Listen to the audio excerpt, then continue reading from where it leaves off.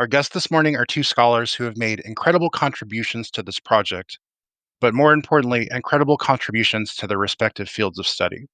Of course, I'm talking about Professor Matthew Goff and Professor Dylan M. Burns. So first, Dr. Dylan M. Burns is assistant professor of the history of Western esotericism in late antiquity at the University of Amsterdam. Dylan, welcome to the show. Thanks for having me, Jason. Great to be back. And of course, returning absolutely. And of course, returning for his triumphal third appearance is Dr. Matthew Goff, who is professor of religion at Florida State University. Matt, welcome Hi. back to the show. Hey, Jason. Glad to be here. Absolutely. So together you co-edited the open access volume, The Dead Sea Scrolls and the Nag Hammadi Codices, which is the topic of our discussion this morning. Yeah. So yes, there we go. Photo Okay. op. Um, Yeah, and you can so put a before we link get to into it this in volume, I the. need to lay. Yeah, I was just gonna say you can put a Yes, link to it's it in in the the. show. Yeah, it's in the I'll put it in the chat, but it's also in the show description in the show notes. So if Okay, anybody wonderful. wants to grab that, it's a wonderful, wonderful volume. I've spent a lot of time with it over the past month, so hope everybody will do likewise. So, gentlemen, before we get into this volume itself, we need to lay down some preliminaries about what these texts are and how they were discovered. There may be some in these. Sorry, I think I dropped out there for a second. I apologize. So there may be some people in the audience who are unfamiliar with these two texts. So, Dylan, Matt, could you give us a brief historical background to the discovery of the Nag Hammadi Library and the Dead Sea Scrolls? Yeah, and maybe Dylan, maybe you could start since I think the Nag Hammadi stuff was discovered a few years before the Qumran stuff. So A bit, a bit. Although sometimes you read in the secondary literature that they were discovered around the same time, immediately following the first use of nuclear weapons, mm, mm, bombshells that changed the world. yeah, Um, the Nag Hammadi Library is a phrase that's used to describe a body of 13 manuscripts. Okay, so 13 ancient manuscripts uh, that were discovered in Upper Egypt, so in the south of Egypt, around December of 1945.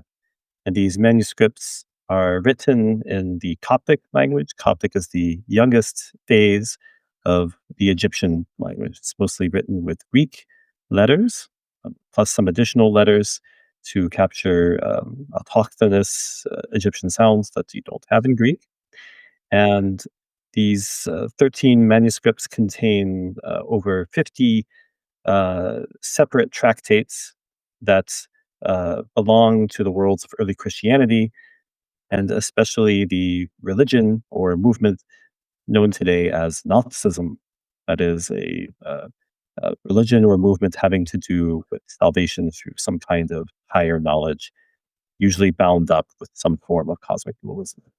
So the Nag Hammadi Codices are really special because they give us all of these texts from the ancient world, especially texts pertaining to Gnosticism, that we did not possess before, and give us a huge data set about this particular ancient movement, ancient religion that did not exist, that we did not have until publication of these texts in the 60s and 70s. mm, mm. Thanks. And the Dead Sea Scrolls were found like a couple years later in outside of Jerusalem. And like people we don't fully know when exactly, but like late 46 or early 47, so right around the same time that the Nag Hammadi texts were found, but not in Egypt, rather in um well, it's Israel, but it was actually just shortly before the modern state of Israel was created, so it was actually discovered in Jordan.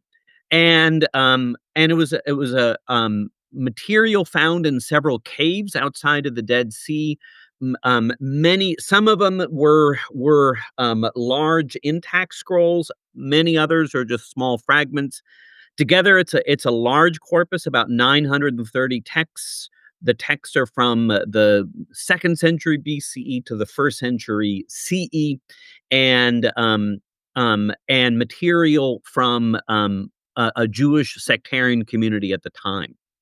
And let me also emphasize a point that Dylan raised, like about why these texts are significant. Meaning, it's always great to have new textual discoveries, but I'd emphasize that in terms of Judaism, in terms of Christianity, in terms of the Bible, like we actually didn't have a lot of ancient texts.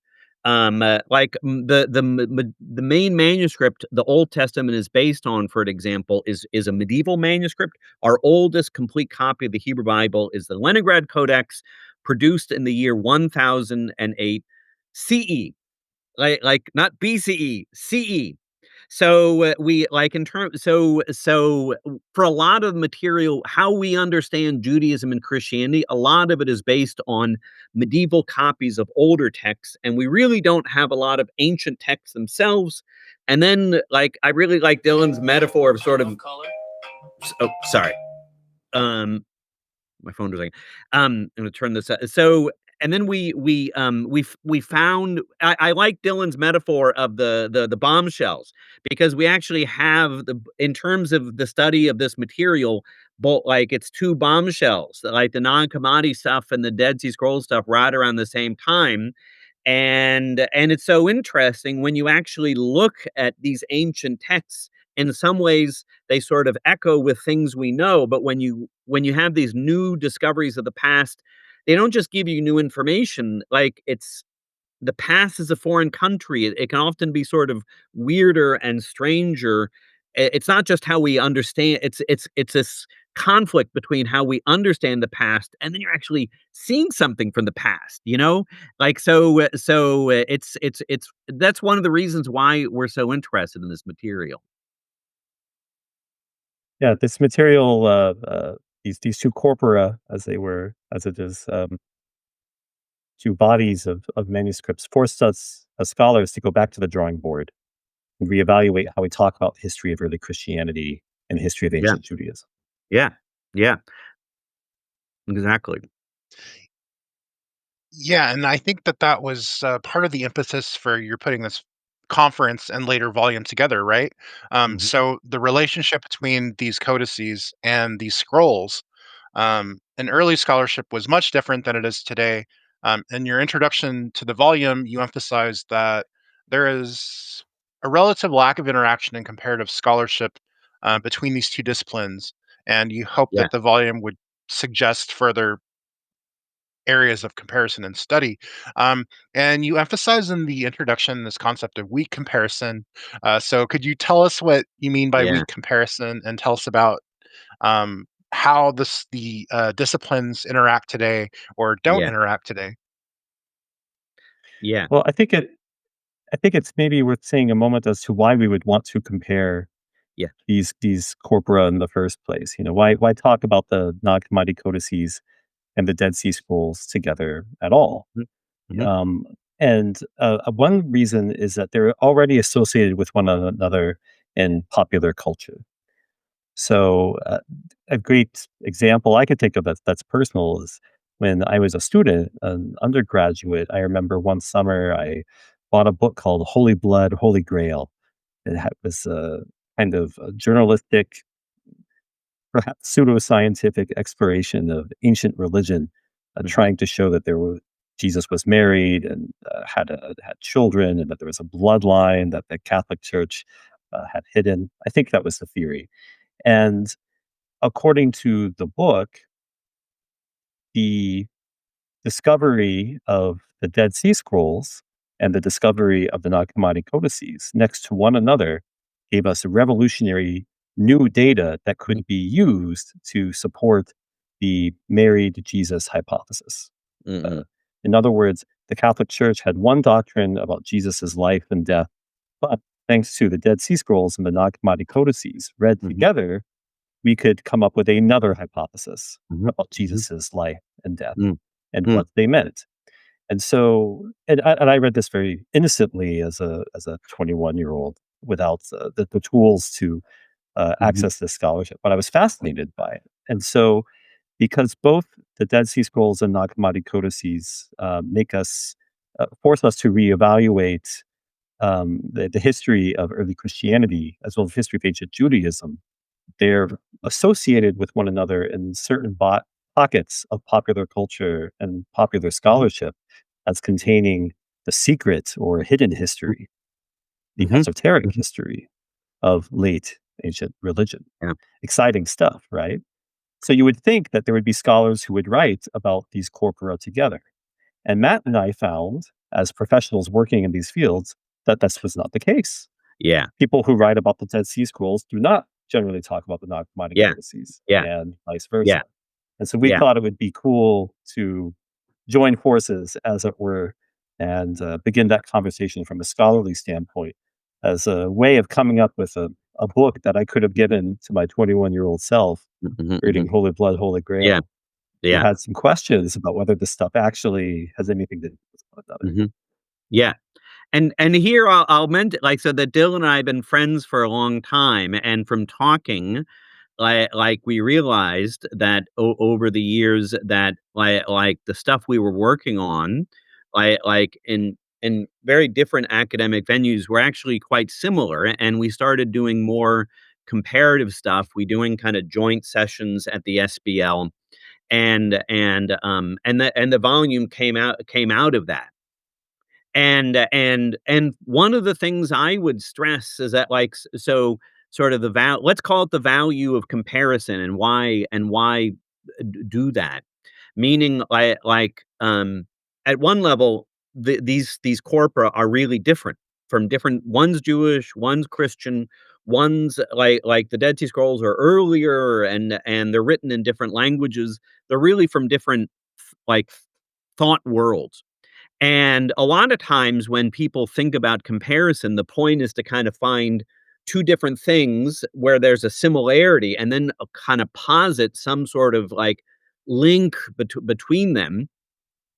And what one of the things that we really, and this is kind, you asked about the weak comparison, and we got that phrase from a scholar by the name of Bruce Lincoln, where what he tried to do, like, if you go back in scholarship a couple generations, he called the strong comparison, where, like, it was really normative in religious studies that scholars would have this encyclopedic knowledge of all sorts of different religious traditions, very, very different ones, and thinking of it just as data to kind of make these grand constructs about how to understand religion in the human experience, and how it changed over time, and like grand evolutionary stages.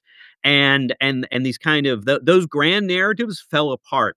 And that's why what Lincoln was trying to call it, like, was advocating weak comparison, where you're not trying to come up with a grand narrative, but you're looking at kind of, like example A and example B from very different they can be from very different cultures, and they don't have to have a direct link between them. But the idea is kind of putting them in conversation with each other. Hopefully you'll see, some new perspective about either one that you didn't see before. Is sort so, and you don't need to sort of draw a kind of genetic link between the two of them to do that. And that's what we were trying to do. But I also really like Dylan's point, like in the context of the study of Judaism, for example, in the last few years, there's been a real interest in reception history, like not just kind of what was going on in this ancient stuff, but what in later centuries people were doing with these traditions. And there's very much, like this legacy in the field where, where we don't think, however we think of Christianity, the ancient Christianity, there's often the sense that it doesn't include the Nag Hammadi stuff, that Gnosticism, it was something different, and really I'd say it's more of, like, just it shows the diversity of Christianity at the time. And so people were looking at all, like tracing these traditions in Judaism and Manichaeism and Islam, but, like, they're leaving out the Nag Hammadi stuff. And I was like, come on, this stuff's really interesting. Yeah, like so we found it was really interesting things to explore, and that like bringing scholars together to kind of like and make them kind of work with the stuff they know, like either the scrolls or the Nag Hammadi stuff, and encourage them to kind of engage some stuff they didn't know, the other comparison, and to kind of and to see what happens. Was kind of the idea. Yeah. So maybe an example of uh, weak comparison for the listeners would be your Bauhaus shirt, Jason. I also had that Bauhaus shirt in high school, by the way. Great shirt. So did So I. if we had to compare this awesome band, awesome shirt. If we were to compare Bauhaus to say Michael Jackson, uh, Uh-huh. 80 the 80s pop star, we could talk about how they're both funky, or maybe there's a lick Mhm. in a Bauhaus song that sounds like a Michael Jackson lick. That would be strong comparison. You're looking for things they have in common that could tell you something maybe about influence or genealogy or belonging to the same pair. But we can also compare Bauhaus and Michael Jackson to talk about how they're different from one another. The Mhm. funk in Bauhaus is really about a different kind of vibe than you get in Michael Jackson's music. The drumming in Bauhaus is way more repetitive than you're going to find. The Bauhaus plays 12-minute long songs with only one bass line. Michael Jackson didn't do that. The comparison that tells you a lot about Bauhaus and a lot about Michael Jackson, but because of the ways that they are different. And so the point is Mm. not so the comparison is still useful, but it gives you a different kind of meaningful statement. Yeah. Mhm. That's an example of weak comparison, looking Mhm. for differences. And so Matt and I Amazing. were not trying to compare the Nag Hammadi Codices and the Dead Sea Scrolls, looking for a shared genealogy or a hidden history of suppressed early Christianity and Yeah. ancient Judaism. Um, we rather wanted to compare these corpora without presuming any kind of genealogical Yeah. or religious continuity between them, but rather to say, okay, scholarship on these corpora have changed so much in the last 70 years since they were initially discovered. So, what do they have to say to one another today, even if we're interested in differences as much as similarities? Yeah. That's what we Yeah. wanted to experiment with. So, Yeah. we went in with like a really open mind, interested in all kinds of comparisons and conclusions. Yeah, yeah. I kinda like to think of comparison as a kind of, an act of intellectual, experiment where you bring 2 things together and see what happens, like, but if it's 2 different things, you're not, really sure what will happen when you think about them together, and that was kind of the idea. Absolutely, and I think that it's a really great testament to the the vitality of this weak comparison. If you look at the articles in this volume, um, and I'm glad that you mentioned, actually, Dylan. You mentioned Holy Blood, Holy Grail earlier, and this was by the I'm probably dating myself, but by the time uh, that I was kind of like a young man in college, Holy Blood, Holy Grail had been distilled into those Dan Brown conspiracy books like Da Vinci Code and things like that. So that was really big at the time. And I think for the viewer, some viewers, there will be a shroud of mystery and allure to these texts, the Dead Sea Scrolls and the Nag Hammadi Codices. They'll be seen as something spooky or perhaps verboten. Mhm. But unfortunately, this show may burst their bubble because Mhm, mhm. both of these corpora of text are products of a scribal culture. And a scribal culture that not only wrote, but also, and this is very important, they read and interpreted these texts for their communities at the Yeah, time. So if who's watched my talks with Ivan Miroshnikov on the Coptic apocryphal texts or the Coptic language in these texts will know that textual fluidity is extremely important. Interpretation of these texts is extremely important. And there's a fantastic article about Hugo Lundhaug in this book that we'll talk about later.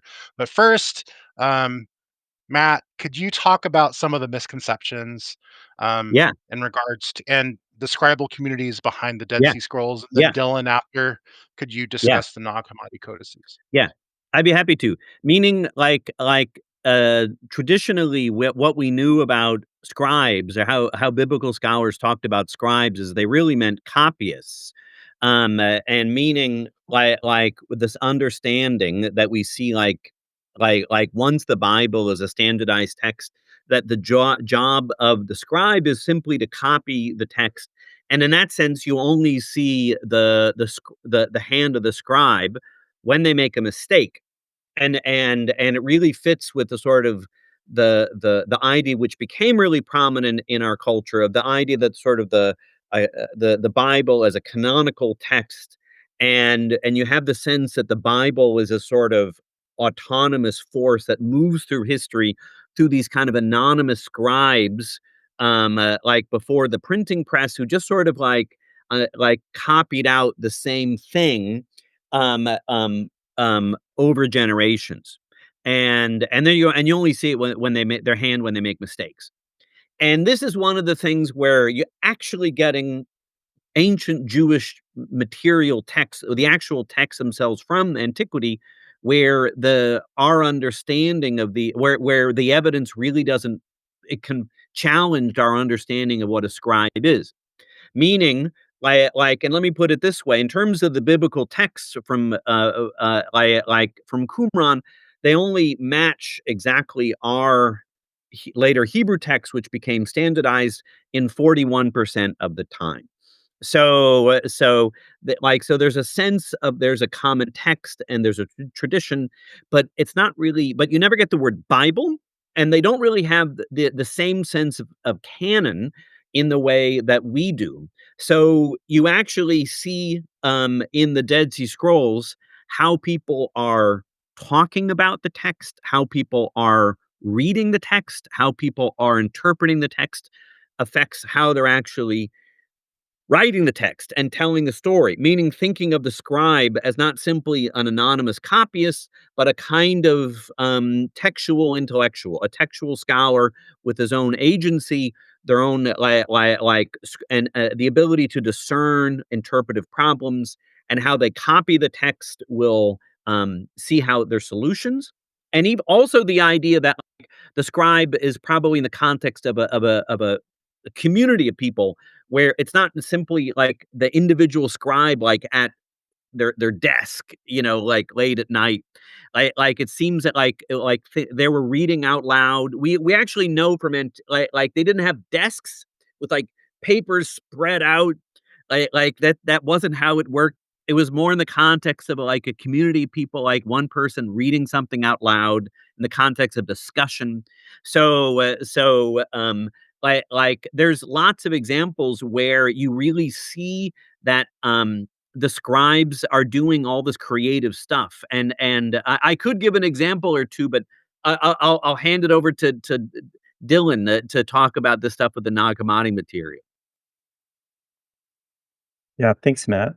So the Nag Hammadi manuscripts are super interesting from the scribal perspective and the history of the book more generally. For starters, they are books, and late antiquity is the time of the rise of the book. We have records of bound books being used and circulated in the Roman Empire in the first and second centuries CE. The Nag Hammadi codices, meanwhile, are products of probably the late 4th or early 5th centuries CE, and they're also bound books. And as whole artifacts, bound books from the 4th or early 5th century, they're actually some of the oldest preserved books we have Mm. from antiquity. So they give us lots of information about how books were put together, how bookbinding worked, how books were copied out and manufactured in their own right, without regard for the contents of the books themselves. And this is also a real difference with the Dead Sea Scrolls, which are, of course, scrolls, not the books. As for the scribes themselves, the Nag Hammadi codices are named for the Upper Egyptian city of Nag Hammadi, which was simply the closest large city with a train stop to the site of their likely discovery, which was a mountain or a rocky area called the Jabal al-Tarif, close to the Upper Egyptian town of Al-Qasr. And in the region of Al-Qasr, there were a number of monasteries in the 4th century. And the fact that the Nag Hammadi codices are written in Coptic would tell us that these texts were copied by people who knew how to write Coptic, right? So then a question regarding uh, regarding the identity of these copyists, these scribes, would be who were Coptic scribes in the 4th century. And we actually don't have a lot of information about Coptic scribes of the 4th century. The 4th century is at the very beginning of the development of the Coptic language. Coptic didn't really exist 2 centuries or even before that, or even in the 3rd century. So the Nag Hammadi codices are also very close to the rise of Coptic as a language. So we don't have a lot of options from our data about who could be writing Coptic at that time, except for monks. We know that there were monks writing in Coptic, and that these monks had monasteries, and these monasteries were close to where the codices were discovered. So monks are the leading hypothesis for the identity of who were copying this stuff out. There's a great new book exploring this hypothesis by Paola Tatti, one of Hugo Lundhaug's students, the monks of the Nag Hammadi codices, telling you all about the relationship between the Nag Hammadi codices and the monks in the Upper Egyptian area around modern day Nag Hammadi. The monks are not the only option, I should point out. We have Manichaean codices, so codices produced by adherents to the religion of Mani, which are roughly coterminous with the Nag Hammadi codices and are similar in make in a lot of ways. However, it's I think much more difficult to show that the Nag Hammadi codices were produced by Manichaeans than by monks. The data definitely points in the monastic direction more. What I would say is definite is that whoever copied this stuff out were Christians, okay, of some kind, that they were interested in apocryphal or non-canonical texts. So while the Dead Sea Scrolls basically include a nearly complete Bible, copy of the Bible, which and many copies of biblical texts across the Hebrew Bible, I mean, across the various schools. The Nag Hammadi codices do not include any New Testament texts. It's all Christian and Christian adjacent Gnostic and philosophical lore, non-canonical literature. So supplementary reading for Christians interested in Gnostic subcultures, I would say. Okay. So we know they were interested in that.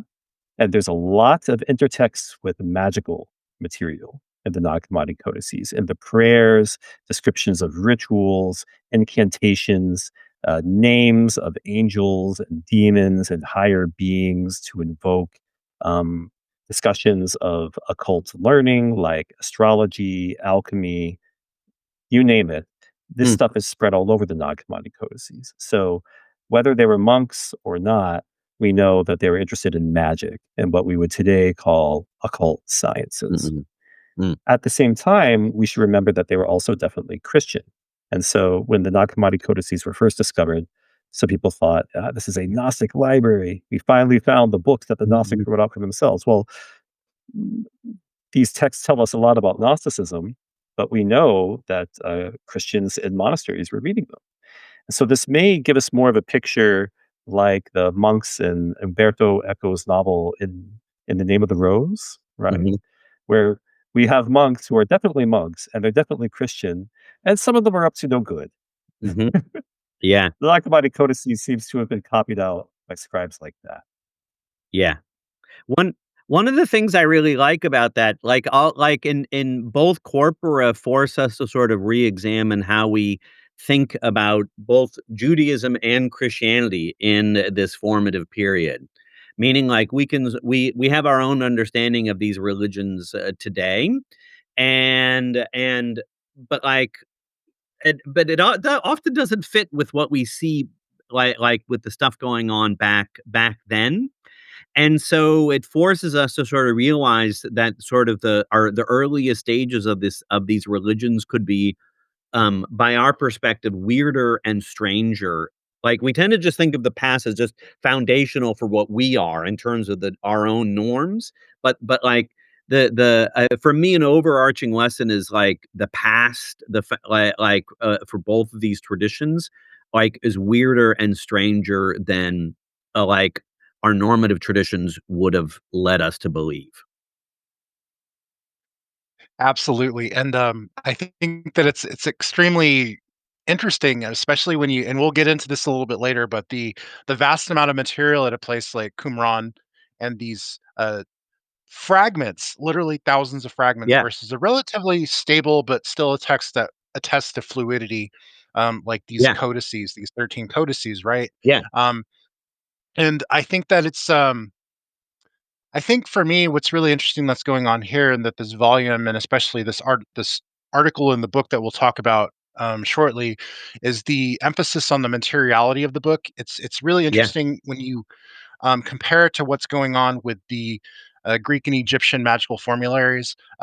If anybody saw that talk I had with Sophia Torales Tovar about the materiality of those texts, hmm, um, hmm, she really emphasizes the importance of these texts as books and as material artifacts. And I think that that's what Hugo Lundhaug and his article, and I cannot stress it enough. hmm, I'm a big admirer of Hugo's work. So everybody go check out his work. But for me, the highlight of the volume was Hugo Lundhaug's article on material philology and the codices, the Nag Hammadi yeah, codices, because a lot of and of course, I have to bring this in as well. Dylan, you mentioned the monks and the interest in the magic, and I think that a good corpora of text to bring in to this conversation, maybe informally, but good for weak comparison, is the Coptic magical hmm, spells that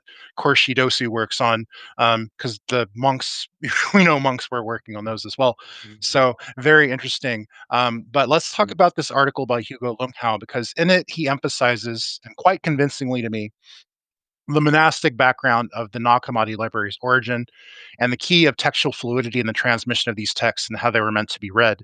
Because he does emphasize that these are books and they were written by anywhere from, 5 scribes to 15 scribes, depending on who you ask. So, hmm, um, but they were put in a certain order, and much like another weak comparison, much like Greco-Egyptian, like say the Paris magical codex, the Paris magical papyri, the PGM4, they were put in a certain order to be read in a certain way. So let's kind of hmm, talk about this textual fluidity for a bit. So, hmm, hmm. Dylan, do you want to start? Matt, do you want to start? Because I know you wrote a Well, great response to this as yeah, well, Matt. well, I'd say, since you started with mentioning Hugo's article, I'll hand the baton over to Dylan, and to get us started.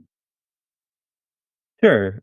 Well, Jason, you summarized a lot of Hugo's wonderful article already, namely that the Nag Hammadi codices, like I said, they contain 13 manuscripts. They're bound into books written in Coptic, and they contain various texts and tractates. Um, these texts and tractates were copied out in particular orders and bound together for particular reasons. And so while today we historians pick them apart and make our own systems as to how to read these texts against one another, the most natural way to read these texts with respect to understanding the fourth century readers of these codices is simply to take each codex and read it straight through. This is the way that people would have read it 1700 years ago. The texts were bound together into particular books for the reasons that only the scribes and binders of these books knew. So this is something that Hugo discusses in his wonderful Mm, article, and this can produce very different results. So that we might get from modern readings that focus on extrapolating one text from one codex and another text from another codex and seeing how they're theologically related to one another. So, for example, One famous example of such a reading strategy would be to take Nag Hammadi Codex 7, which begins with a text about cosmology, the paraphrase of Shem, and then finishes up with texts that talk about ethics and mysticism and sort of the end, reaching the end of one's own mystical journey, the three steles of Seth. One scholar argues this mirrors the pattern of the New Testament and of really the Bible altogether, starting with Genesis and going through pastoral epistles and the apostles. Interesting hypothesis, but it's easy to see how a 4th century Christian could have easily read this codex that way, right? Another thing Hugo points out in the article is what you referred to, Jason, rightly as textual fluidity. So while we have over 50 texts copied out in the Nag Hammadi Codices, not all of the texts are unique. We have multiple copies of particular texts spread out in the Codices. So a great example is the Secret Book of John. We have one version of the Secret Book of John that is copied out in 2 codices, Nag Hammadi Codices 2 and 4, and then another version of the Secret Book of John that is copied out in Codex 3, and then a third Coptic version of the Secret Book of John in another Coptic Gnostic Codex that wasn't found at Nag Hammadi, that was found 50 years before in Egypt, called the Echmeme Codex or the Berlin Gnostic Codex. So 3 Coptic witnesses. Are they the same? No, they're quite different from one another.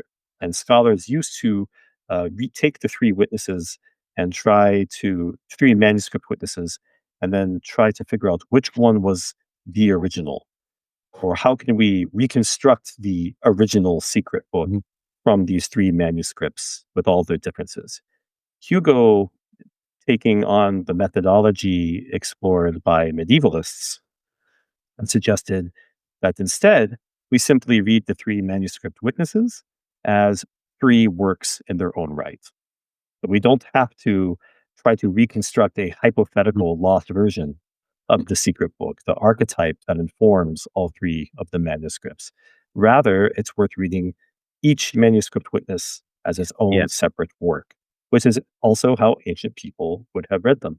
And this opens up a lot of new avenues for discovery, and certainly asks us to focus on evidence that was neglected. So, for example, the Codex 3 version has always been set aside by scholars in favors of the versions e.g.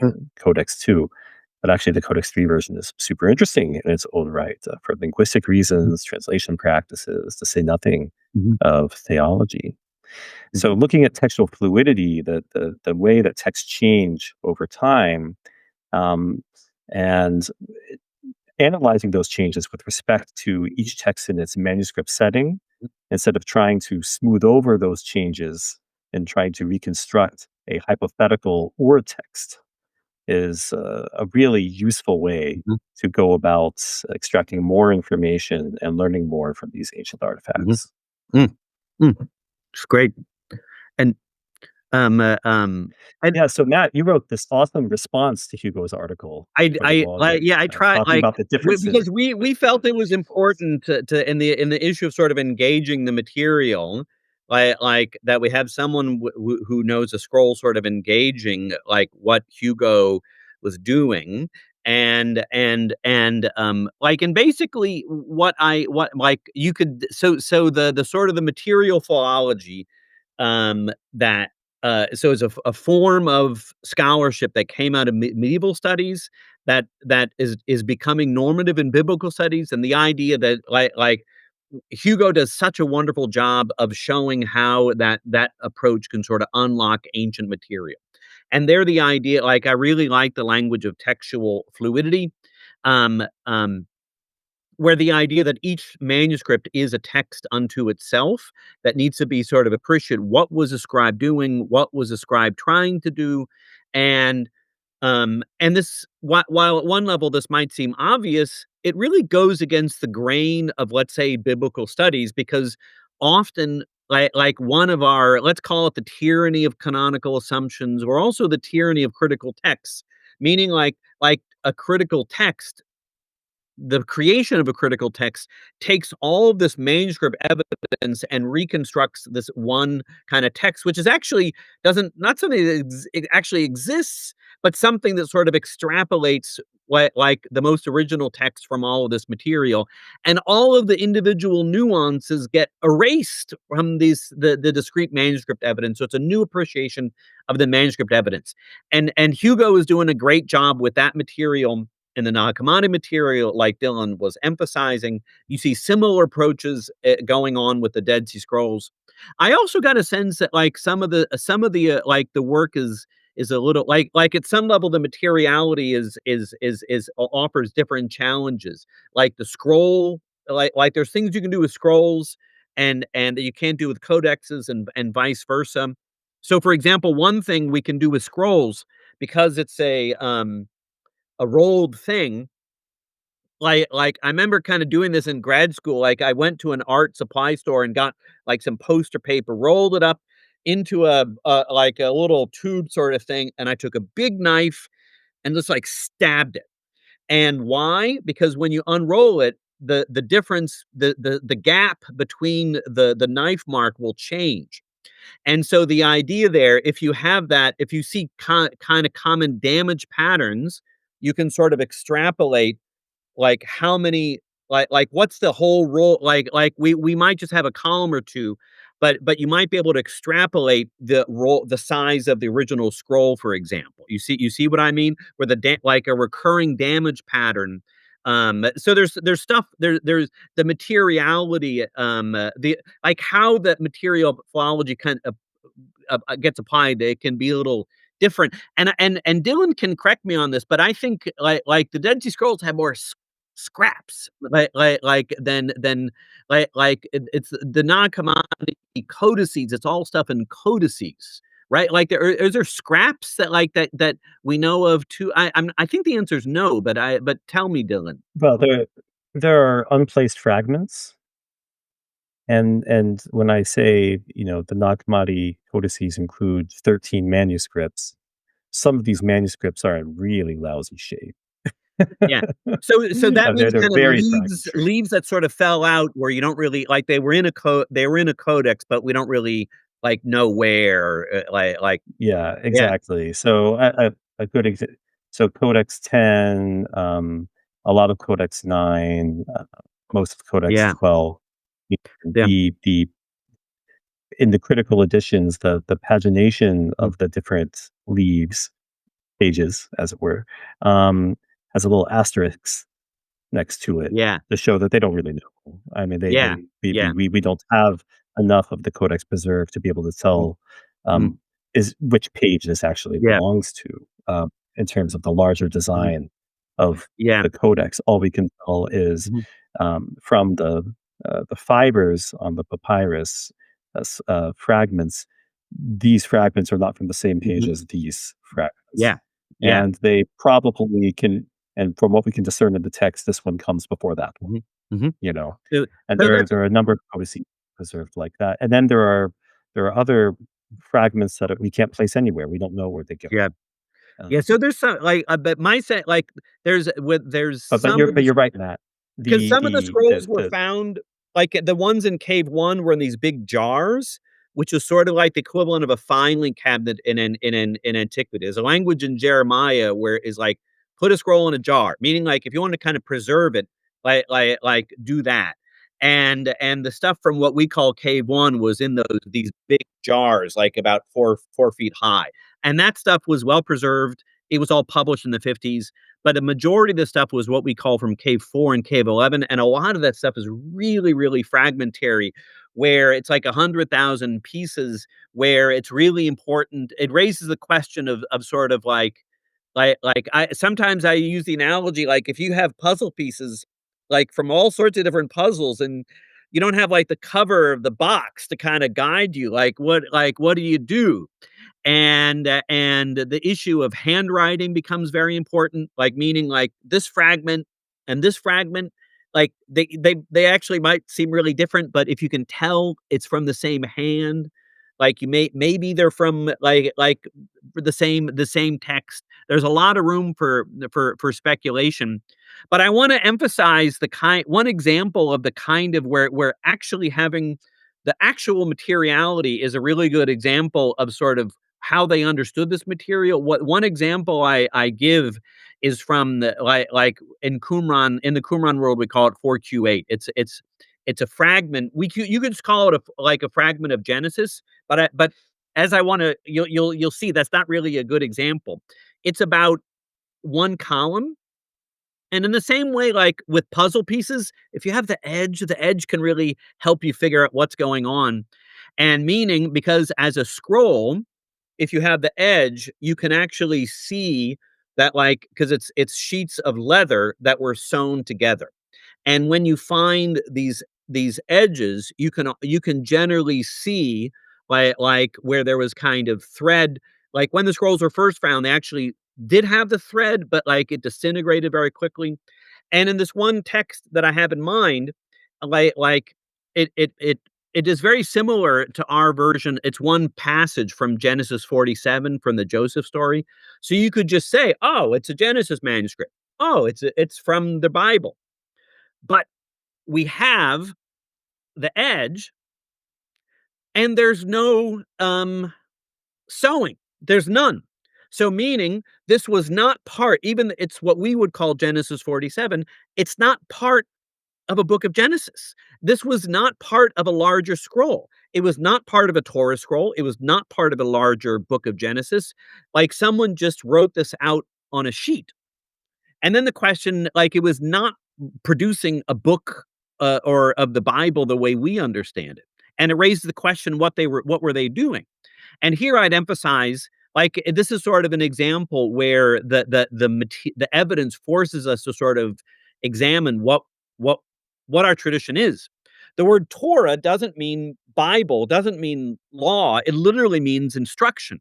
Meaning, in a way, there's something about the term scribe I don't really like that much. Like it's just kind of as if they're sort of just writing stuff out. Like there's a pedagogical context. There's a scribe there's an intellectual where it's teachers talking and students learning. And so one possibility for that example is like if I was a teacher and if you were the student, Jason, I'd say like, "Oh, show me, the Joseph story. Write something out from it." You know? Where it wasn't in the context of, like, copying the Bible, it was in the context of a sort of a specimen from a sort of a pedagogical interaction, you know? And this is why when you put all these manuscripts together, you see like why language of fluidity and difference really is valuable. And it's interesting with some of these books traditions, you see a lot more fluidity than others. Like the best example of this is with the Psalms, because if you think about it, like Dylan mentioned the liturgical stuff too, like the sort of the issue of ritual and the different communities have different liturgical traditions. Like it's what that community, their forms of prayer is what is driving things, not like a fixed assemblage of prayer. So with the prayer stuff, is it kind of one book that people could just do really in a free way, or is there like no book at all, but rather people would have different instantiations of a body of psalms, like where the language of book isn't even really like where people would just kind of in different liturgical contexts would produce different collections of sort of a body of material. The other point I'd emphasize that like where the term scribe doesn't really do it for me is all of that pedagogical example I'm talking about, Jason. It really shows there's this oral dimension like of people, teachers and students working with their other and antiquity. So it's like our written evidence, it's like we only have one scrap of like these lost living interactions. It's like we have all this wonderful evidence, but it's actually kind of we're only kind of getting part of the conversation, Jason. You know what I mean? Like and sort of and sometimes to understand what's going on in the written part, you have to sort of imagine like or speculate on what that pedagogical what people were saying to each other. You know what I mean? Yeah, and I think that this is really where understanding those pedagogical techniques from antiquity, whether they be Jewish or Sure. Greco-Roman, um, and Dylan, I believe you did a presentation on the Coptic milieu of this educational aspect for Westar not too long ago. Great paper, by the way, I loved it. Hmm. And I think that we lose sight of this when we look at these texts as these spooky domain of Gnostics or these mysterious Yeah. monks. Like, we have to understand that it's a living tradition, and there's a pedagogical aspect, there's an interpretive aspect and a fluidity aspect that's going on in these texts that we don't um, always see with the naked eye when we try to get to the origin of these mysterious texts, and I know we're running low on time, but I don't know if y'all had time for a couple more questions before we go. I know we had about an hour. Okay, yeah. So, and before we move on from this materiality, I just want to emphasize that for those who aren't convinced that the Nag Hammadi scrolls are, or the Nag Hammadi codices are, most likely the product of monastic communities. We didn't even mention the aspect of the materiality argument where the the insides of the covers of these books were Yeah. consisting of monastic letters from a monastic community. So, Yeah. my money is, I mean, they could be some mysterious Gnostic group, but my money is on Pacomian monks, but that's another story. Um, so before we go, I wanted to kind of end on this Again, week. Paula's book. Mhm. Yes, Consider it. I'll check it out. And I'll and I check it out. believe I believe it's open access as well. Mm. Oh. So you should be able to download it for free. If Brill has a summer sale, I'll definitely pick it up. No, I picked up some good stuff last year, but um, let's talk about this week comparison for a bit. So, um, Matt, you're the Enoch and you're the Watchers guy. We had a wonderful Uh-huh. conversation about that last time. Um, that was our first talk Yeah. actually, and I wanted to get into this article that you have in the Yeah. volume about the Watcher's lore and the cosmogonic myth of the Apocryphon of John. Mm. Um, so you explore again this creativity and the polyphony of voices and the exegetical Yeah. perspectives that these works bear witness to. So could you discuss Watcher's lore and the Yeah. Apocryphon of Yeah. John for a bit? Yeah, I'd be happy to. And so one of the ways that the scrolls and the Nag Hammadi kind of material forces us to sort of rethink, in particular, sort of like the biblical tradition is like it's actually so it one of the point it's not just the scrolls or the Nag Hammadi texts themselves, but it also forces us to sort of rethink the whole biblical tradition and how they understood this stuff when it was being produced. And so, for example, the New Testament and the letter of Jude cites something called a Book of Enoch. And one thing I like to do to get my students interested in this material is that, like, I'll show them like that. I'll ask them like, does your Old Testament have a Book of Enoch? No, and then I'll pull out the Rastafarian Bible, like the Bible is a movement involving it's a Caribbean millennial movement. It's not simply about reggae music and marijuana, and they have a Book of Enoch, and then I'll show that like the passage in Jude, it actually matches pretty closely to the Book of Enoch in the Rastafarian Bible. And then I'll ask the students, why is the New Testament citing something in the Rastafarian Bible but not in your Bible? And at that point, I'll have the attention of everyone in the room. But the idea is because the Rastafarians are very enamored of the Ethiopian Bible, and the Ethiopian Bible has long since the 4th century had in their Old Testament something called the Book of Enoch, and that actually is a heritage of this forgotten text was actually very important and had a scriptural authority. That's why it's in the New Testament is citing it. And one of the things about the Dead Sea Scrolls and the Nag Hammadi, where there's this interesting connection, is the Dead Sea Scroll community. Like they thought of the Book of Enoch.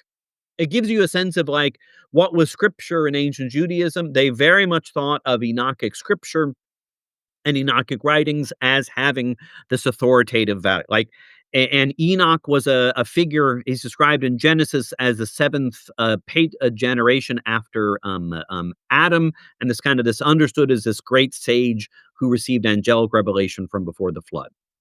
And one of the things about the Nag Hammadi material, which is so interesting, is it actually retains, not unlike the Book of Jude, this older Christian heritage that continued this thing we see in the scrolls in that valued at some level Enochic like scripture.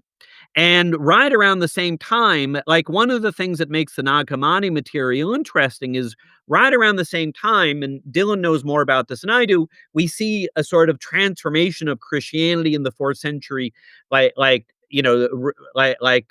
Constantine gets becomes converted. We see the transformation of this tradition into something which is becoming more acceptable and like a recognized religion of the Roman Empire, and we begin to see it having something with power and authority in a new way, and this results in a kind of orthodoxing process where it's in the fourth century where you see people sort of begin to say this is normative Christianity, that's good, and this stuff isn't. So language of heresy, language of orthodoxy, and those people, and a lot of this is happening in Egypt, and those people who establish what became Orthodox Christianity don't like the Book of Enoch, in part because some of the other Christians they don't like very much, do like Enoch, and this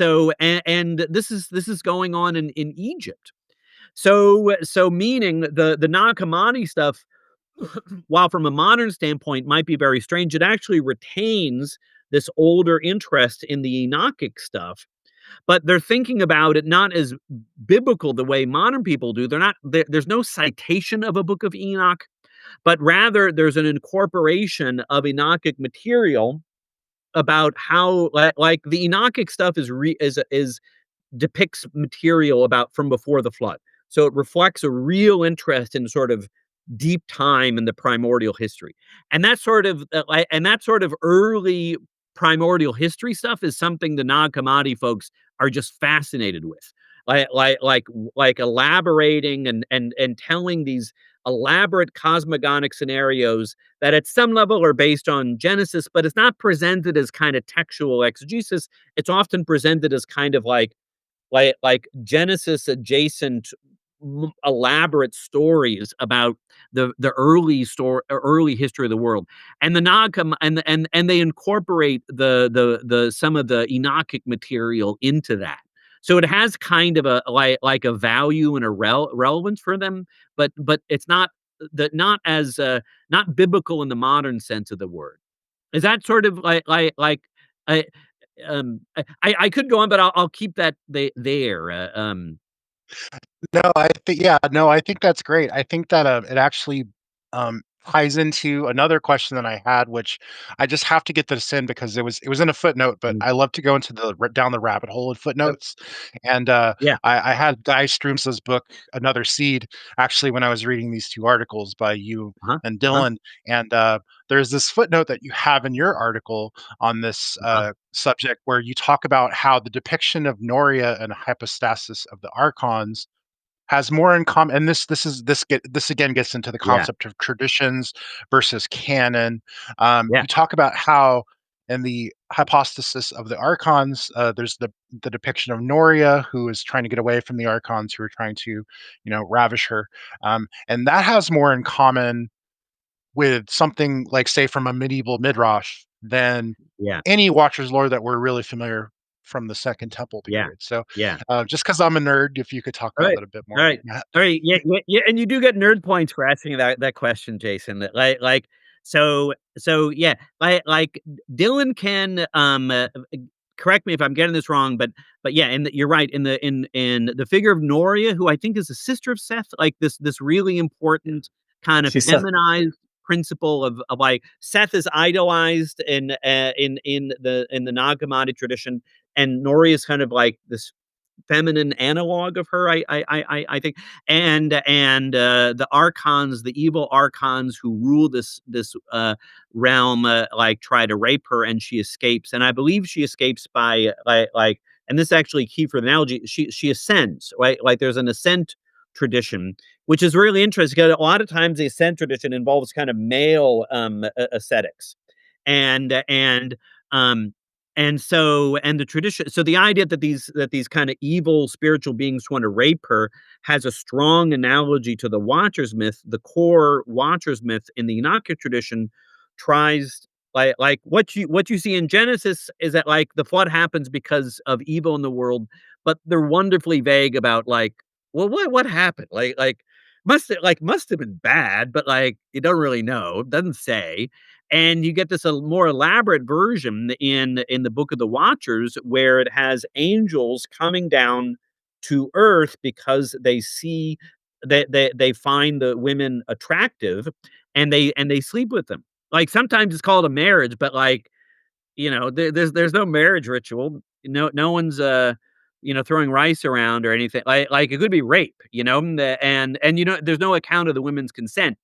And in the Watchers myth and the Enochic story, like the women become pregnant and give birth to these horrible, monstrous giants. Meaning, like the horrible children are the idea that there was this kind of really improper, horrible violation of this boundary of not simply like the illicit sex represents as kind of this boundaries of heaven and earth that shouldn't have been merged, that was.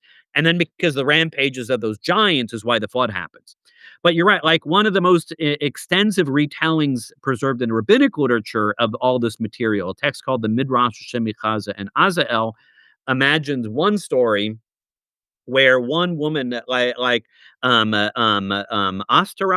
like um um where when the angels are coming to her, coming to the women, one of them says, like one of the women says, teach me, like, because they give revelation. They don't just sleep with them, they give revelation. And they say, like teach me the Shem Mufarash, like teach me the inexpressible name of God.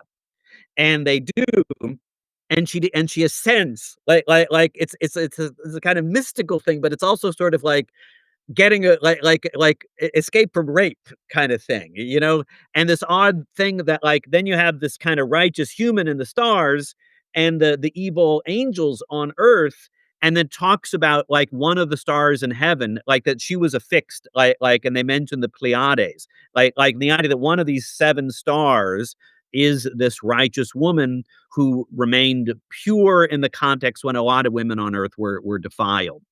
And and that's, we only have that in medieval texts, but one of the scribal things, like you're emphasizing, is so we might have something in a late text, but like we don't know the whole story of how it got there. It's not like that story I described. It could be like the context of medieval discussion of these things, but it might actually be kind of a survival of older pedagogical traditions. Like, well, did all the women get raped? Carrying on older ideas. So I don't have a smoking gun, but the idea that so some of the stuff in that medieval stuff text might actually be late, but at the very minimum, you see a kind of, in the late antique Coptic stuff and the medieval Jewish texts, like they're thinking about the role of the women in in this kind of, in these scenarios in similar ways, and the idea that like they're not always depicted as as victims of sort of like these angelic male transgressors, Yeah, like the it's thing about Maria is that however you slice it. she does her own thing. And Yeah. so in the hypothesis of the archons, Noah is working with the archons. He's no good. So she burns down Noah's Ark, sets fire to it. She That's has agency, Yeah. no question. And when the archons come after her, she prays to heaven for escape. She utters a prayer, and one of the four luminaries, Elilet, shows up and helps her. Uh, And that's similar to it's not the clear where they go, but but the archons disappear, and this basic pattern of uh, uh, a holy woman with agency, assault from a malevolent superhuman being, Mhm. maybe sexual in nature, um, petition for aid from heaven, and then granting of that petition and rescue. This is what you find in also a number of medieval tales. And so there's also a Coptic text. I don't think it's Strumza who found it. It's, I think a scholar named Mm, Stephen Garrow, mm, an American mm, in Germany, mm, pointed mm. out also Coptic analogs and medieval Coptic texts to the Jewish text that Matt mentioned, where it is the Queen of Sheba who is under assault from a demon. She utters the prayer, she gets rescued. But it conforms to the Nurea narrative. And what we see is a greater pattern that reflects a transformation of the Enochic story of the angels descending to mate with human women, um, transforming, then repeating itself over time. And Mm. the Nag Hammadi codices seem to be our earliest witness to that transformation, to where the story becomes one of the woman having agency to escape. Yeah, that's great. That's great. Where we often think about this kind the our own my own sense is thinking about the Gnostics as a sect like often means that we like we kind of sectarianize it in the field, and we think about the Nag Hammadi stuff as something other. And then like I think Dylan just get a great example. Like the people writing this stuff were part like they were part of this larger intellectual worlds. They were part of these streams of traditions, and then later authors and scribes like with their own intellectual traditions. The Nag Hammadi stuff was part of that. Like we can talk Yeah. about it as a like it's fine. Like the sectarian the debate is fine at one level, but like sect or not, like they were part of these intellectual worlds. And that's actually Yeah, the point that Dylan and I over the years have really tried to sort of push against.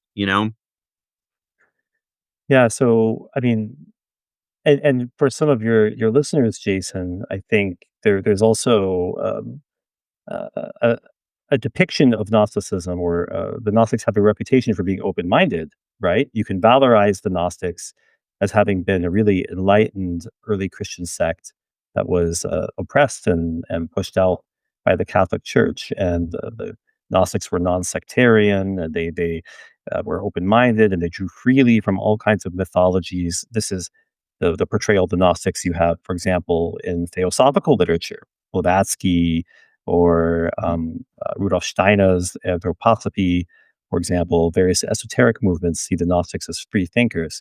But this also isolates the Gnostics in a way Mhm. by excluding them from having any kind of reception in Orthodox or non-Gnostic circles. In other words, the Gnostics were free thinkers, and then they were oppressed, and we don't hear anything about them after late antiquity. Well, actually, the example of the story of Norea Yeah. and its echoes in rabbinic and Coptic literature of the medieval period show us that people were actually reading and transforming these Gnostic stories and Gnostic characters Yeah. long after late antiquity.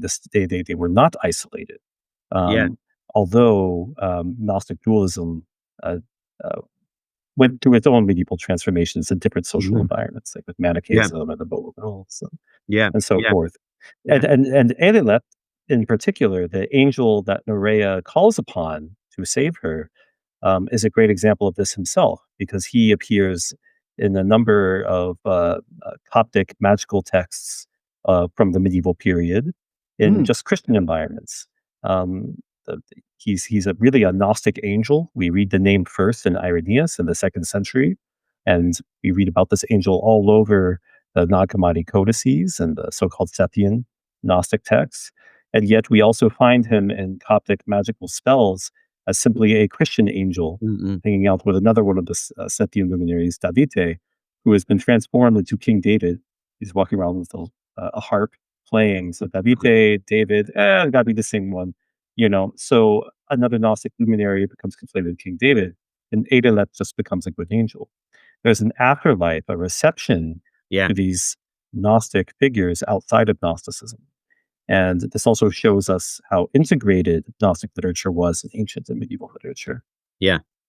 And I know we should wrap, but let me emphasize there's an important analogy with the Dead Sea Scrolls, meaning like the Dead Sea Scrolls are the product of one sect, like where it's one leader, they have their own group structure. They don't like other Jews are getting it wrong, and they don't like the Pharisees. And like you get a sense of like that they have their own little sectarian view, and there's a kind of polemic against the temple, polemic against other sects. So you can sort of understand the Dead Sea Scrolls as like teaching you about this one particular sect, just that. And but there's also the issue of like, and you can do that, and it is a sect, but like for them to sort of put their own unique iteration that we have the truth and other groups don't, and actually use language of new covenant, to describe like their own sense of election, not unlike the later Christians, but like but it also sort of, but yeah, this the sect, it gives us a window, like they're drawing from the world around them for their own unique iteration. So we do this stuff a disservice by just kind of closing it off and thinking about it simply as like we don't want to we don't want to close off the sect in our analysis, like even though if that's at one level that's what the sect was doing, we don't want to kind of sectarianize our own analysis of the sect. So I couldn't agree with Dylan's point more, like that we need to sort of broaden this stuff out, and and realize that you use the word kind of living traditions, and there's a way to analyze sects that prevents that, you know. Amazing. And I think that before we wrap up, I think just this section of the conversation, just in terms of the medieval reception of these Watchers myths and these receptions in Nag Hammadi, attesting to these fluidity of textual perspectives. A good analogy that I can make is I have a talk with Martha Himmelfarb coming out pretty soon about the book of Zerubbabel and Mm, this fluidity of messianic traditions, yeah, and how Yeah. yeah. should we discount this book just because it's late? I mean, there's a lot of Text is traditions so in there cool. that, Uh, yeah, it's amazing. uh, It's amazing, and I'm Yeah, very yeah. excited for uh, the Wild, talk. wild stuff. Um, Wild stuff. Wait, before we end, my son wants to make a brief cameo. Hi. Uh, Hi, what's your name? Matt, Liam Goff. Liam. Yeah, yeah, Yeah. that's your Liam. name. That's your Liam. name. All right, all right. Liam, Hey, Let Liam. Dylan, your dad and is actually, badass. So Lord Sobek over there. This is his podcast, and and so and this is my son Liam. Um, uh, um, Glad you're here. So, what do you want to say to the world? I think uh Lord Sobek, who are the two guys standing behind Okay, you? it's a good question. It's a good question. oh, that's Yeah. so my jam nowadays is ancient fictional narrative. So this is Matiacus, and that's Parthenope, and this is an ancient Greek romance that was translated into many different languages. Um, um, Long story short, I really love ancient fiction, so that's kind of why Oh, they're kind of like my main thing right now. So, oh, but Liam, you're I just want to let you know that your dad is a total badass at this. So I hope you know that he's brilliant, Trust me, I and know. as is Dylan. So yeah, so I'm very very blessed to have uh, two scholars of such caliber um, agree to talk to this weird guy named Lord Sobek. yeah. So yeah, just thank you both. Love the name Lord Sobek. Homage to Lord Sobek. Yeah. All right. So Dylan, like this was as always wonderful. So Liam, can you say goodbye to the world? I could just say some more stuff, right? Well, I'm okay keep it. with it. We're wrapping up right now, but yes, keep it brief. I thought I had more time. No, we're wrapping up. We're wrapping up. So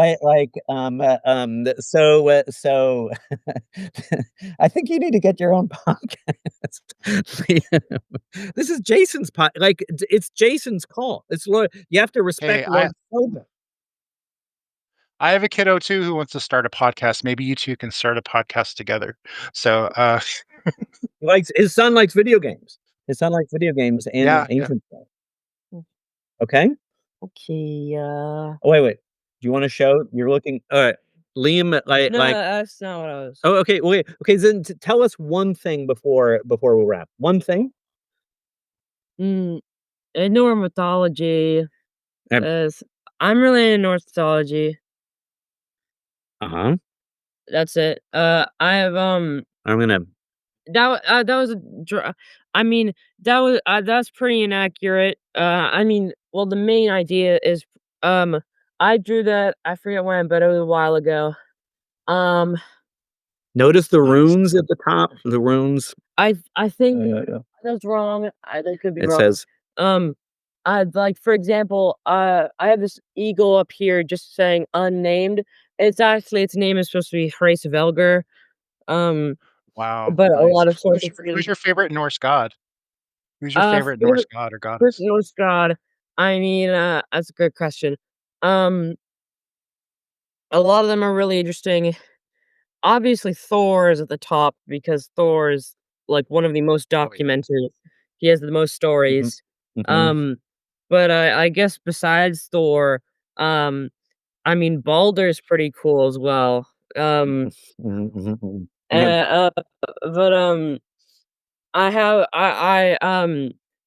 do you know, I'm guessing you know the, I'm I'm saying, like, like, do you know, but the Nephilim from the giant I know Oh, we know about I the know that that Nephilim. story. We that's know what I that We was have. story. thinking. See, The I don't Nephilim honestly know that much about Norse mythology, so you're educating me now. So, and the what do Nephilim I need to in know? I do not know a lot about, like, Abrahamic mythology, but, besides what my dad has been telling me, um, but the Nephilim, according to my dad, um, he says they're around, like, a mile or something tall, According to the Book of Watchers, 3,000 cubits. but, so that's a lot, like, a mile and a half tall giants. In, Norse mythology, there is a giant made out of clay, called Mukkr Kalfi.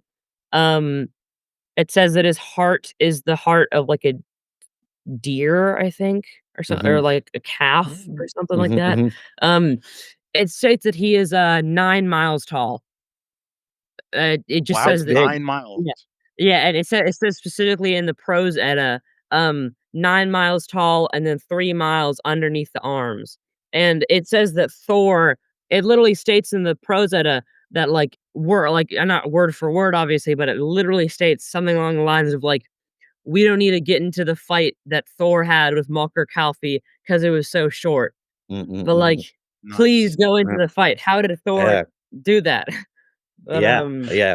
It's really interesting, and sorry to hijack this, Dylan and Matt, but, just getting into the concept of these figures as, how giant they are. There's a good and I don't know how familiar you are with, Greek mythology and Greek lore, I'm pretty but, familiar with the Greek heroes mythology. yeah, the heroes of old were, much like the Nephilim, considered, you know, tall as well. Yeah. You have, actually a lot of ancient giant dinosaur bones were mistaken for heroes' Mhm. bones, and displayed in temples. So, you Mhm. might like Adrian Mayer's book, The First Fossil Hunters, if you're Mhm. interested in that. But, Yeah. Yeah. uh, Yeah. but yeah, No. Like a lot of different ancient cultures had the idea, like we could call it giants, but this idea that like the earth, and I came. There's actually, I think, a Nag Hammadi text. I remember one Nag Hammadi scholar was telling me this. I can't remember, but it's in a text called Fourth Ezra. Like the idea that how do we know that the end is coming soon?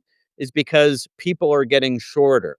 People, as we get closer to the end of time, people are getting shorter, and that's kind of the People getting reverse side, shorter. meaning the at an earlier stage, the Earth had more vitality, more exuberance, and creatures were larger, and and so we're getting progressively smaller, and that and then the end time, we're sort of like the universe is sort of running out of gas, and I think that's a really broadly attested idea. You get it in the Norse stuff, but the kind of gargantuan creatures of old is just a wonderfully broad Yeah. idea.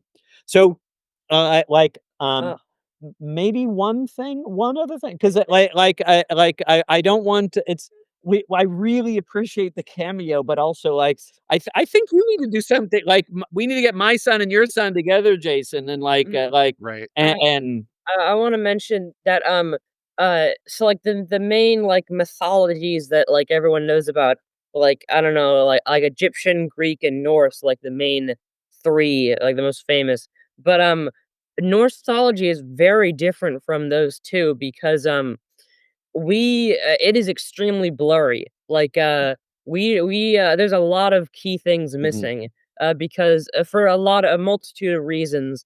For example, like it was an oral religion. And another thing was that cuz all like most of the like the evidence we have for Norse mythology were all written down by Christian scholars, like, not the actual Mhm. like I mentioned the Prose Edda, that's written by a guy who's Christian, and that Mhm, makes mhm, the mhm. Prose Edda makes up, like, 99% of all our information on Norse mythology. Um, and so, we do not know how much of Norse mythology is exactly, like, I guess, accurate because it's very clear to see that in some points Christian scholars definitely snuck in their own, like, Mhm. Christian related stuff. Like, for example, there's literally a part where, a giant flood happens and then two giants, need to hide in a box to survive, and, like, Mm. they wait Mhm. out the flood. Mhm. The only difference is that this time, not a flood of water like in the thing in the Bible, but this case, it's actually a flood of blood after Mhm. a the biggest giant Mm. in the world. His name is Ymir. I don't know, it doesn't say how tall he is, but he's big enough that his corpse is used to create the entire world. Um by the Mm. gods. When the gods kill him, Odin and his brothers Vili and Ve, when they kill Ymir, his blood floods the entire earth and kills all the Jotnar. Um, and the Jotnar is just like Mm. giants. Mhm. Well, So Liam, I think that if you go back and watch this show, you'll see that this is actually um, pretty consistent with what you're talking about in terms of reception, right? Mhm. So even though we may not have what the original of these stories are, Mhm. these are receptions, right, of Mhm. this North So Norse so mythology by Christians. Liam But Lord Frobeck's podcast is called "We Are Being Transformed," and I think you should like a lot of the stuff that he's getting into, like are things that I think you might be interested in. You should watch it now. You thank should you. watch all of it, every Yeah. episode. should I say something about that one story where Thor almost drowns in urine? Yeah, Okay, but that's keep it short. Like, and then this like because we do need to. You actually, I think you already told it. Like yeah, It's keep it brief, but one a very famous story where Thor and Loki, well, obviously Loki doesn't want to because it's Loki, but Thor wants to go kill this giant Garrod. Well, Loki wants Garrod. He trying to trick Thor into not bringing his hammer because he wants Garrod to kill Thor because Loki's just like that. Mhm. And so he's like, "Oh, if you don't bring your hammer, it'll be harder." And like, "You like challenges." And so Thor's like, "Yeah." Um, however, on the way, this like old giant lady gives him like iron gauntlets to replace his missing gauntlets, and also gives him a big stick.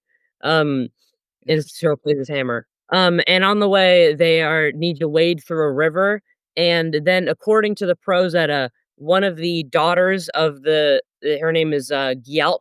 One of the daughters of the giant Garod is straddling the river and quote unquote, this is word for word in the prose Edda, causing it to rise.